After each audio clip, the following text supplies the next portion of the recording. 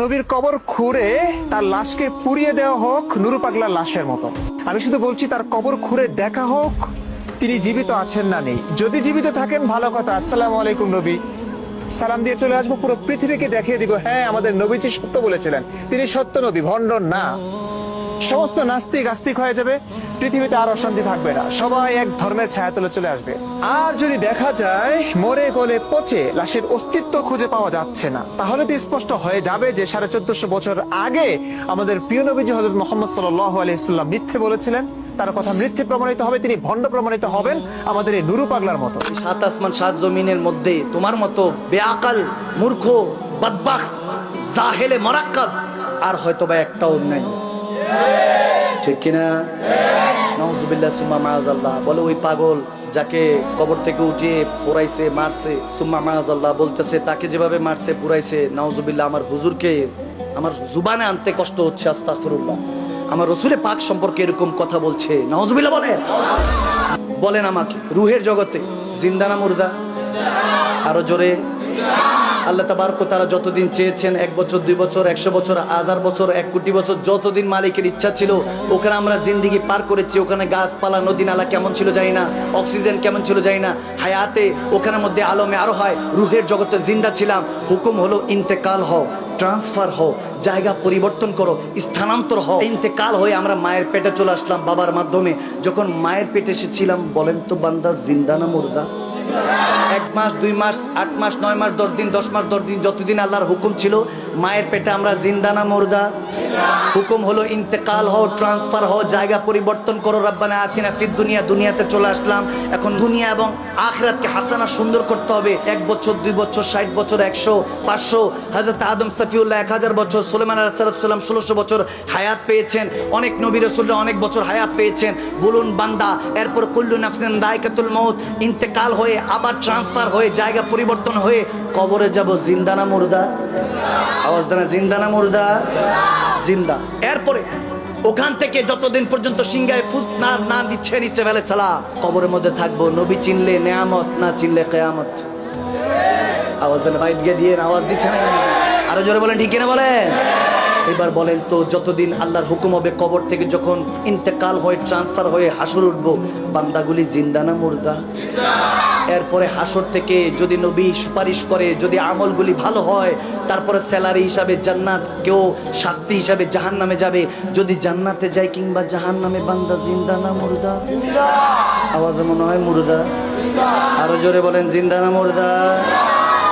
বান্দাই মারা যায় না, আর বান্দার সমস্ত রসুলদের যিনি সম্রাট তিনি নাকি ইন্তেকাল করছে, মৃত, নাউজুবিল্লাহ।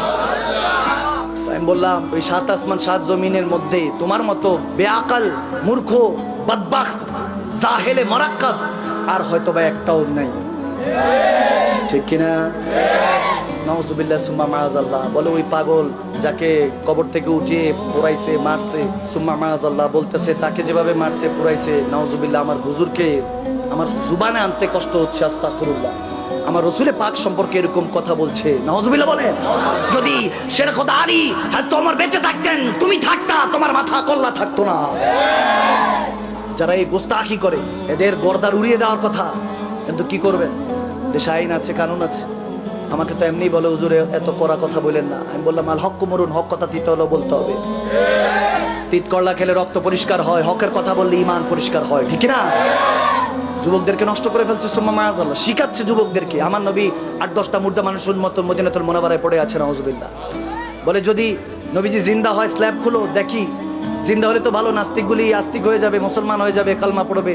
কিভাবে বুঝাচ্ছে, কিভাবে ব্রেন ওয়াশ করছে, সুম্মা মাআযাল্লাহ। এই জাহেলে মুরাক্কাব, ওই আবু জাহেলের উত্তরসূরি এখনো আছে, সমস্যা নাই, আবু বকরের উত্তরসূরিরাও আছে। চাইলে গোস্তাখি করতে পারবে না। অনন্ত বিলম্বে আমি সরকার মহোদয় পর্যন্ত প্রধান উপদেষ্টা বলতেন, কুলাঙ্গারদেরকে আর কোনো কিছু বুঝতে চাই না। যারা জেনা করবে, বলাৎকার করবে, যারা দেশের টেনে দশেরটা খাইবে, যারা জুলুম করবে, অত্যাচার করবে, ওলি আল্লাহদের মাজারের মধ্যে আঙ্গুল তুলবে, শাহজালাল ইয়ামানি শাহপুর ইয়ামানির উত্তরসূরিরা এখনো কোনো নাকে তেল দিয়ে ঘুমে নাই। আমরা এখনো মাঠে ময়দানে আছি। আমরা বলতে চাই সরকার মহোদয় পর্যন্ত যারা প্রশাসনের দায়িত্বে আছেন, যারা আমার হুজুরে পাককে নিয়ে গোস্তাকি করবে।